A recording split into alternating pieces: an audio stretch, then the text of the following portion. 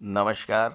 ज्योतिष शास्त्र में श्रद्धा और विश्वास रखने वाले सभी जातकों का पारलौकिक जगत चैनल में बहुत बहुत स्वागत है।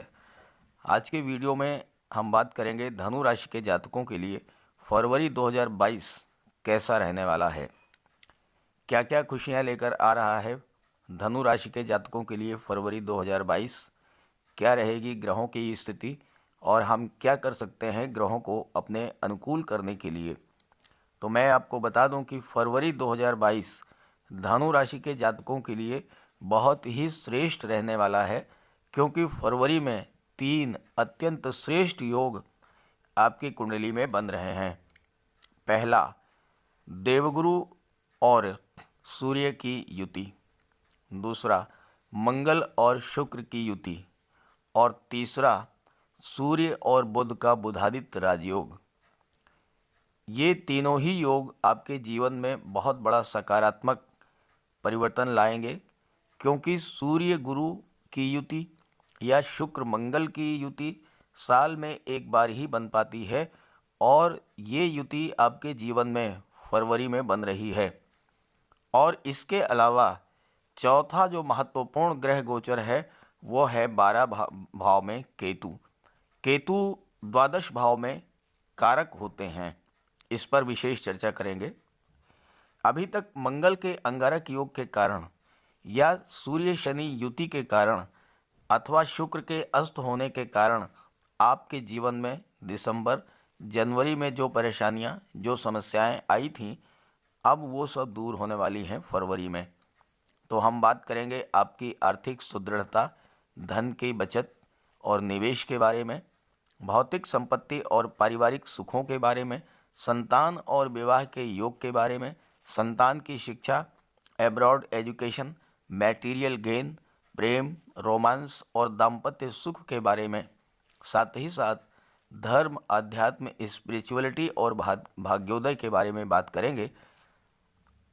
इसके अतिरिक्त कार्यक्षेत्र में आपकी परफॉर्मेंस कैसी होगी, नौकरी व्यापार के योग कैसे होंगे और विदेश से लाभ की स्थितियां कैसी रहेंगी, इन सब के बारे में विस्तार से बात करेंगे। तो चलिए वीडियो शुरू करते हैं और पहले समझते हैं ग्रह स्थितियां। तो ये है धनु राशि के जातकों की कुंडली। आपके लग्न के स्वामी हैं देवगुरु, जो कि कुंडली के पराक्रम भाव में सूर्य के साथ युति बना रहे हैं। साथ ही साथ लग्न भाव में शुक्र और मंगल की युति बन रही है। 12वें भाव में केतु का गोचर है, जहाँ की केतु कारक होते हैं, और सूर्य और बुध शनि इन तीनों की युति बन रही है धन भाव में। 13 फरवरी तक सूर्य और बुध का बुधादित्य राजयोग बनेगा, और इसके बाद 13 फरवरी को सूर्य राशि परिवर्तन करेंगे और पराक्रम भाव में गोचर करेंगे। राहु का गोचर छठे भाव में है, शेष भाव जो हैं वो खाली हैं। तो ये है ग्रह स्थितियां। आइए अब इसी का विश्लेषण करते हैं। शुरुआत करते हैं आपके लग्न भाव से। लग्न भाव के स्वामी देवगुरु हैं, जो कि पराक्रम भाव में गोचर कर रहे हैं। लग्न भाव से आपके व्यक्तित्व, आपके वाणी, आपकी कार्यशैली, आपके व्यवहार, इन सब का विचार किया जाता है। और लग्न भाव के स्वामी देवगुरु हैं, जो कि ज्ञान, धन, बुद्धि, विवेक, संतान, शिक्षा, मान सम्मान और सत्कर्म के कारक हैं। लग्न में देवगुरु के स्वामी बनने से आप धनवान होंगे, बुद्धिमान होंगे, धर्म, कर्म और आध्यात्म में आपकी रुचि होगी। देवगुरु शत्रुओं पर विजय भी दिलाते हैं, संतान सुख और धन का सुख प्राप्त कराते हैं। व्यक्ति दीर्घायु होता है और आपके पुत्र भी दीर्घायु होंगे। ज्योतिष शास्त्र में कहा गया है कि लग्न के स्वामी अगर देवगुरु हैं तो ऐसा जातक सोना और रत्न धारण करने वाले होते हैं, अर्थात आप बहुत अधिक धनी होंगे। दाम्पत्य जीवन अत्यंत सुखी होगा। स्वभाव से आप उदार होंगे, परोपकारी होंगे और मधुरभाषी होंगे, और आपका स्वास्थ्य भी ठीक रहेगा। इस बात के ज़्यादा चांसेस हैं कि आप सरकारी नौकरी में उच्च पद पर होंगे। सरकार से मान सम्मान और धन की प्राप्ति होगी। साथ ही अपने आदर्शों और सेवा भाव के कारण समाज में मान और सम्मान भी प्राप्त करेंगे। शासन प्रशासन और राजनीति में उच्च पद पर बैठे हुए व्यक्तियों से आपके संबंध बहुत ही बेहतर होंगे। लग्न भाव में ही शुक्र मंगल की युति बन रही है और शुक्र मंगल की युति अत्यंत श्रेष्ठ फल देने वाली होती है, क्योंकि जीवन में हर व्यक्ति धन, वैभव, ऐश्वर्य और सुख चाहता है और शुक्र इसी के कारक हैं। लेकिन इन सब को पाने के लिए व्यक्ति में साहस, पराक्रम, कार्य करने की क्षमता और ऊर्जा भी चाहिए और इसके कारक है मंगल। तो जब शुक्र और मंगल की युति बनती है तो व्यक्ति अपने साहस, पराक्रम, कार्य करने की क्षमता और ऊर्जा के बल पर धन, वैभव और सुखों को प्राप्त कर लेता है। मंगल चिकित्सा, surgery, games, sports, military, police और फायर के क्षेत्र में कार्य करने वाले जातकों को उच्च स्तर की सफलता दिलाते हैं और शुक्र इन क्षेत्रों से धन उपलब्ध कराते हैं। जब मंगल को शुक्र का साथ मिल जाता है तो घर में लक्ष्मी का आगमन होता है और व्यक्ति अपने परिश्रम, पुरुषार्थ, कार्य करने की असीम ऊर्जा के बल पर धन लक्ष्मी को वश में कर लेता है। धन, धान्य, भूमि, भवन, वाहन ये सब प्रचुर मात्रा में प्राप्त हो जाते हैं। शुक्र सौंदर्य के कारक हैं। शुक्र अत्यंत शुभ और सौम्य ग्रह हैं। शुक्र के प्रभाव से आपका व्यक्तित्व अत्यंत आकर्षक होगा, वाणी अत्यंत मधुर होगी, व्यवहार अत्यंत मिलनसार होगा और इसके प्रभाव से आप समाज में अत्यंत आकर्षण का केंद्र बनेंगे। लोग अनायास ही आपकी तरफ आकर्षित होंगे, आपकी बातों को सुनेंगे, आपसे प्रभावित होंगे और इससे आप अपने कार्य को बड़ी आसानी से बना ले जाएंगे। मंगल के प्रभाव से आपका शरीर अत्यंत स्ट्रांग होगा, आप अत्यंत बलवान होंगे, वेल बिल्ट बॉडी होगी आपकी और इससे मंगल और शुक्र दोनों मिलकर के आपको एक भव्य व्यक्तित्व प्रदान करेंगे। अब शुक्र और मंगल की दृष्टि जो है वो कुंडली के सप्तम भाव पर पड़ रही है और देवगुरु की भी दृष्टि सप्तम भाव पर पड़ रही है। सप्तम भाव से आपके दाम्पत्य सुख का विचार किया जाता है, लव, रोमांस और पार्टनरशिप का विचार किया जाता है। शुक्र और देवगुरु दोनों की दृष्टि पड़ रही है और दोनों ही अत्यंत सौम्य ग्रह हैं, तो आपका दाम्पत्य जीवन अत्यंत सुखमय रहेगा। लव और रोमांस की स्थिति है वो मैरिज में कन्वर्ट होगी। पार्टनरशिप में व्यापार करेंगे तो उसमें भी आपको सफलता मिलेगी। हालांकि पार्टनरशिप में व्यापार महिलाओं के सहयोग से अगर आप करते हैं तो उसमें आपको बहुत अधिक लाभ के चांसेज हैं। लेकिन मंगल की भी दृष्टि पड़ रही है और मंगल की दृष्टि पड़ने से आपको सावधान रहना होगा, क्योंकि मंगल आपके स्वभाव में क्रोध और उग्रता लाते हैं और इसकी वजह से दाम्पत्य जीवन में छोटे मोटे विवाद हो सकते हैं, तनाव की स्थितियां बन सकती हैं।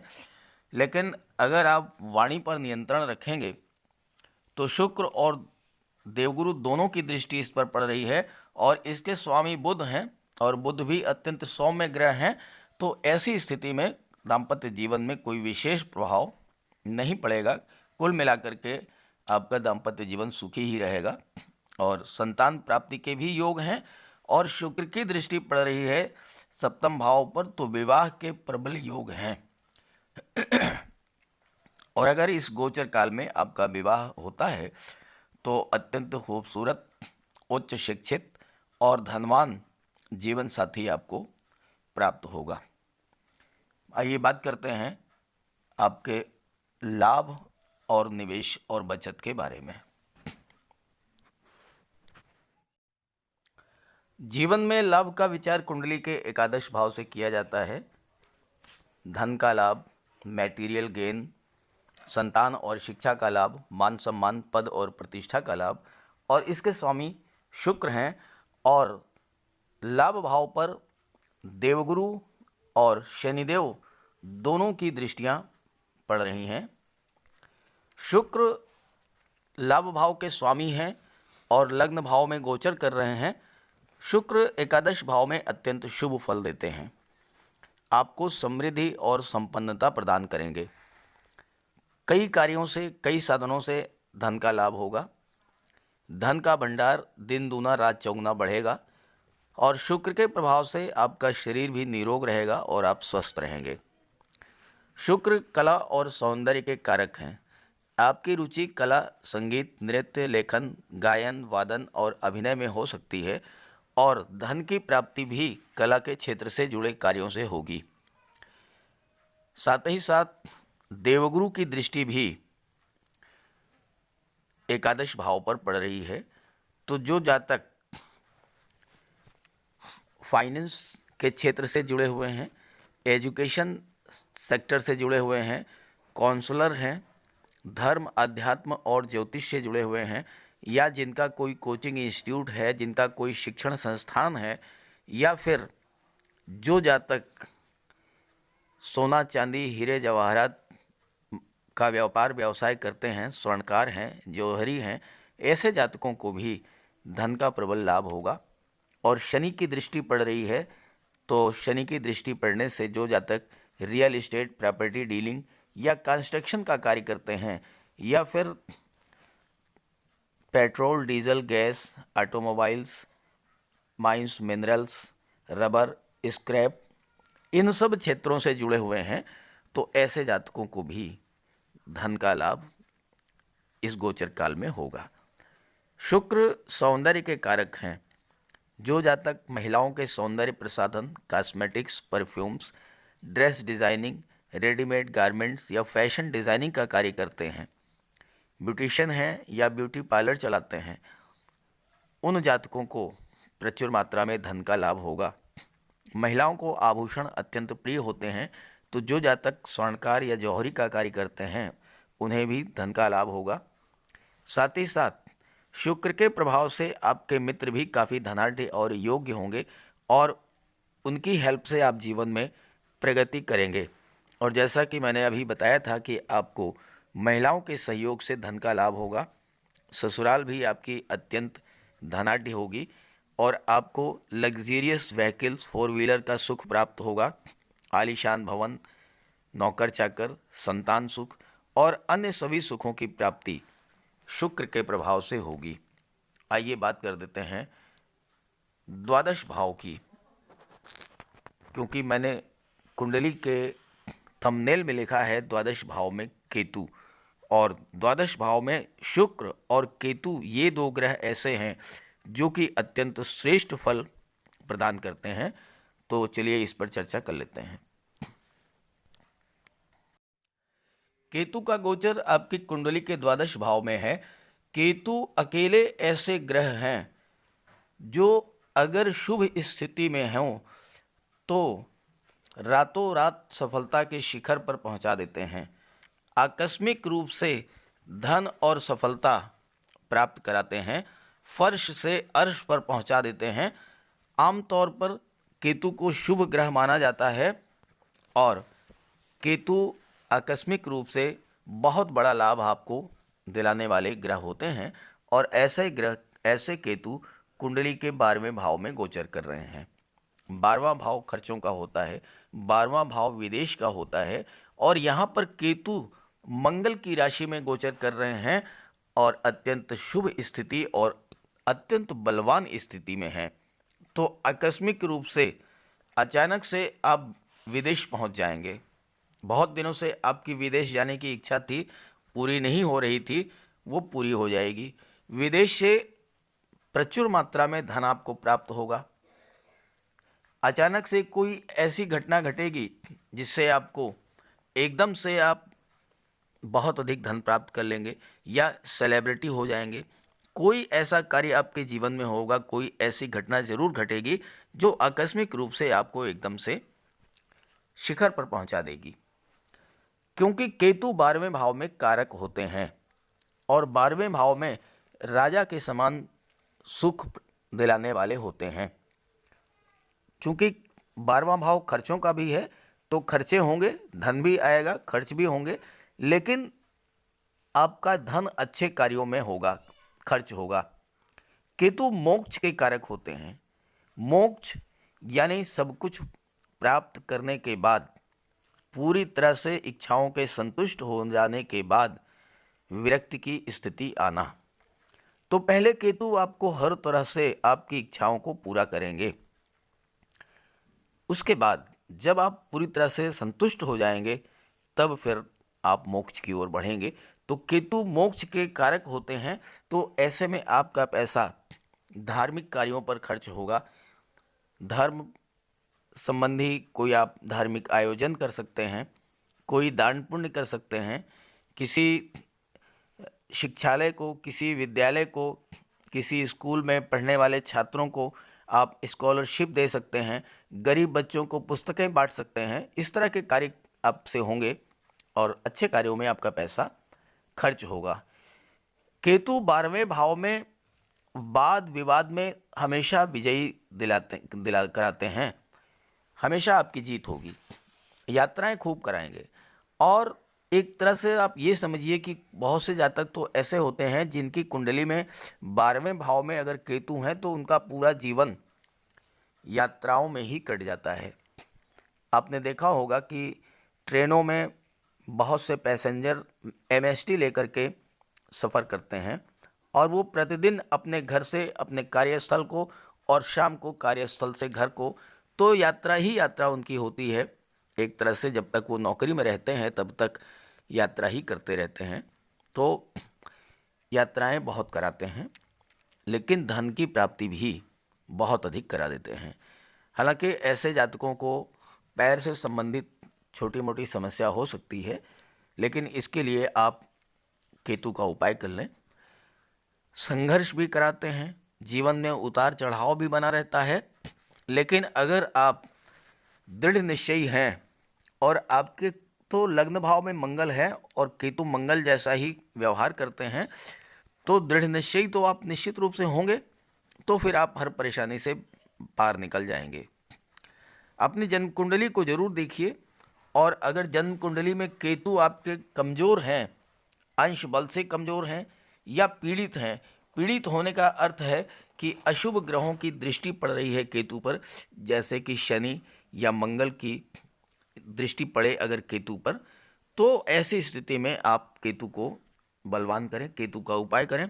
और केतु को बलवान करने के लिए देवगुरु को बलवान करना होगा।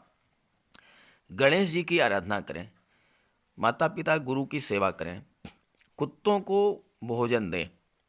आपके घर के बाहर गली में कुत्ते घूमते रहेंगे, तमाम मिल जाएंगे, उन्हें आप भोजन जरूर दीजिए। केसर का तिलक लगाइए, पंचमुखी रुद्राक्ष पहनिए, हल्दी का प्रयोग कीजिए, मंदिर में जाइए, मंदिर की साफ सफाई कीजिए। ये सब उपाय करेंगे तो इससे देवगुरु बलवान होंगे, और जब देवगुरु बलवान होंगे तो केतु अपने आप बलवान हो जाएंगे। अब आइए बात कर लेते हैं सूर्य, बुध और शनि के बारे में, जो कि धन भाव में गोचर कर रहे हैं। आपके कुंडली के धन भाव, जहाँ से संचित धन, वाणी और परिवार का विचार किया जाता है, इसमें सूर्य और बुध का गोचर है। हालांकि सूर्य 13 फरवरी तक ही गोचर करेंगे, उसके बाद पराक्रम भाव में गोचर कर जाएंगे, लेकिन 13 फरवरी तक सूर्य और बुध की युति बनेगी, बुधादित्य राजयोग बनेगा, और ये धन भाव में बन रहा है तो अत्यंत श्रेष्ठ फल देगा।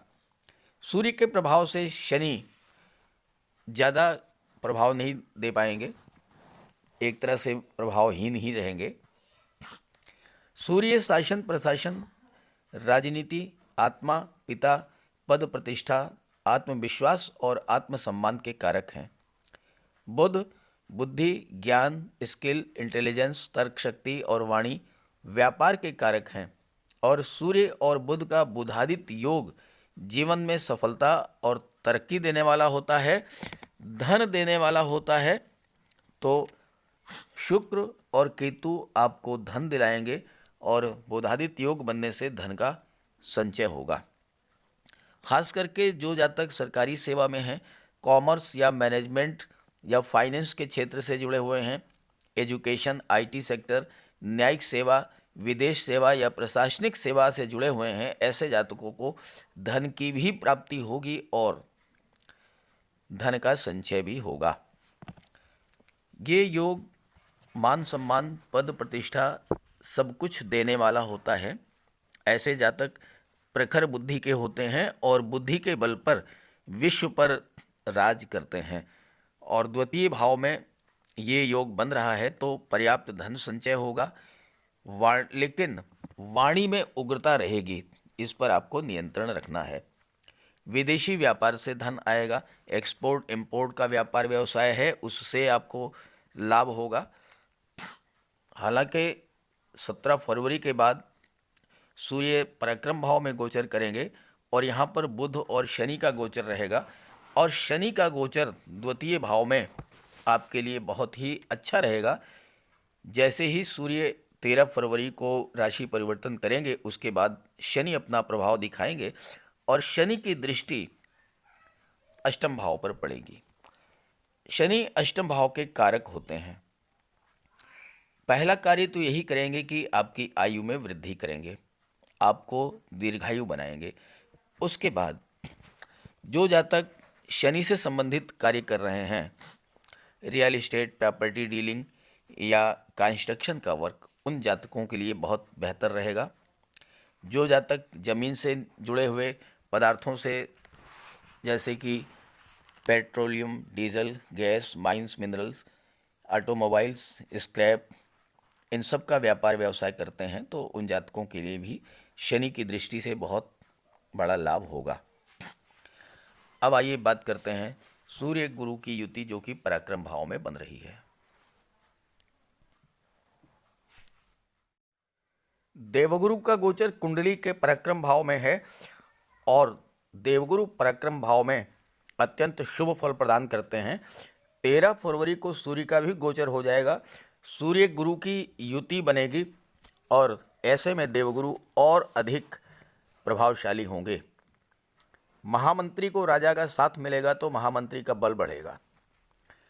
तृतीय भाव में गोचर कर रहे देवगुरु के बारे में कहा गया है ज्योतिष शास्त्र में, जीवे तृतीय तेजस्वी कर्मदक्षो जितेंद्रिय मित्राप्त सुख सम्य तीर्थयात्रा प्रियो भवेत। अर्थात ऐसा जातक अत्यंत तेजस्वी होता है, कार्य करने में दक्ष होता है, इंद्रियों को वश में रखने वाला होता है, मित्र और संबंधियों का सुख उसे प्राप्त होता है और वह जातक तीर्थ यात्राएं करने वाला होता है। पारिवारिक जीवन सुखद रहेगा। भाई बहनों, परिवारीजनों से संबंध अच्छे रहेंगे और अगर भाइयों से संबंध आप बना करके रखेंगे तो बहुत ही आपको लाभ होगा। मित्रों और स्वजनों के सहयोग से लाभ होगा। चूँकि देवगुरु की दृष्टि सप्तम भाव पर पड़ रही है, विवाह आपका समय से होगा, परंपरागत तरीके से होगा और दाम्पत्य जीवन खुशहाल रहेगा। घर के शुभ कार्यों पर आप धन खर्च करेंगे। देवगुरु की दृष्टि कुंडली के भाग्य भाव पर पड़ेगी तो आप अपने पुरुषार्थ, अपने पराक्रम से, अपने ज्ञान से भाग्य का निर्माण करेंगे और भाग्य का आपको सपोर्ट मिलेगा। सरकार से आप सम्मानित होंगे और ज़्यादा प्रबल योग हैं कि आप गवर्नमेंट जॉब में होंगे या सरकारी अधिकारी होंगे और आपके अधीन बहुत सारे लोग कार्य करेंगे। आपकी जीविका का साधन सरकारी नौकरी ही होगा। अगर आपकी जीवन साथी, आपकी पत्नी की राशि वृश्चिक राशि है तो उनका अपना खुद का व्यवसाय होगा, जैसे कि ब्यूटी पार्लर, ड्रेस डिज़ाइनिंग या रेडीमेड गारमेंट्स वगैरह का। शिक्षा के कार्य और लेखन कार्य, इन सब क्षेत्रों में आपको ज़्यादा सफलता मिलेगी। और देवगुरु की नवम दृष्टि लाभ भाव पर पड़ रही है तो इसके बारे में तो चर्चा हमने पहले ही कर लिया है। अब आइए बात कर लेते हैं कुंडली के शेष भावों के बारे में। कुंडली के चतुर्थ भाव से भौतिक सुखों का विचार किया जाता है और इसके स्वामी देवगुरु हैं। और आपके लग्न के स्वामी शुक्र हैं, तो आपको हर तरह का भौतिक सुख प्राप्त होगा और परिवार में प्रेम सौहार्द बना रहेगा। लेकिन मंगल की दृष्टि पड़ रही है, तो मंगल के कारण थोड़ी बहुत उग्रता हो सकती है, इससे आपको सावधान रहना होगा। वाणी पर नियंत्रण रखें, कुछ भी नहीं होगा, हर सुख प्राप्त होगा। पंचम भाव के स्वामी मंगल हैं और मंगल के प्रभाव से जो जातक सर्जरी, चिकित्सा, सैन्य क्षेत्र या ऑर्डिनेंस फैक्ट्रीज में या गेम्स और स्पोर्ट्स में अपना करियर तलाश कर रहे हैं, उन्हें बहुत अच्छी सफलता मिलेगी। प्रतियोगी परीक्षा की तैयारी कर रहे छात्रों के लिए राहु का गोचर बहुत अच्छा है छठे भाव में, क्योंकि छठे भाव के स्वामी शुक्र हैं जो कि आपके लग्न में गोचर कर रहे हैं, और राहु छठे भाव में, केतु 12वें भाव में बहुत अच्छा फल प्रदान करते हैं। तो प्रतियोगी परीक्षाओं में आपको सफलता मिलेगी। राहु आकस्मिकता के कारक हैं, तो छठे भाव की नेगेटिव प्रभाव को समाप्त कर देंगे और अचानक से कहीं से आपको धन प्राप्त होगा और आप कर्ज से मुक्त हो जाएंगे, या कोई ऐसा डूबा हुआ पैसा मिलेगा जिसकी आशा आप छोड़ चुके थे। राहु की विशेषता है कि अगर आप किसी प्रॉब्लम में हैं, कोई समस्या है आपके सामने है, तो कहीं से अचानक ऐसी मदद दिला देते हैं कि आपकी समस्या हल हो जाती है। साथ ही राहु में रोग, ऋण और शत्रुओं को काटने की भी क्षमता होती है। राहु आपकी इंट्यूशन पावर को भी बढ़ा देंगे, आपके साहस में वृद्धि करेंगे, सकारात्मक दृष्टिकोण होगा आपका, बड़े लोगों से आपके संपर्क होंगे, और कुल मिलाकर के राहु का गोचर छठे भाव में आपको बहुत अच्छा फल देगा। सप्तम भाव के बारे में बात कर चुके हैं, अष्टम और नवम के बारे में भी बात कर चुके हैं।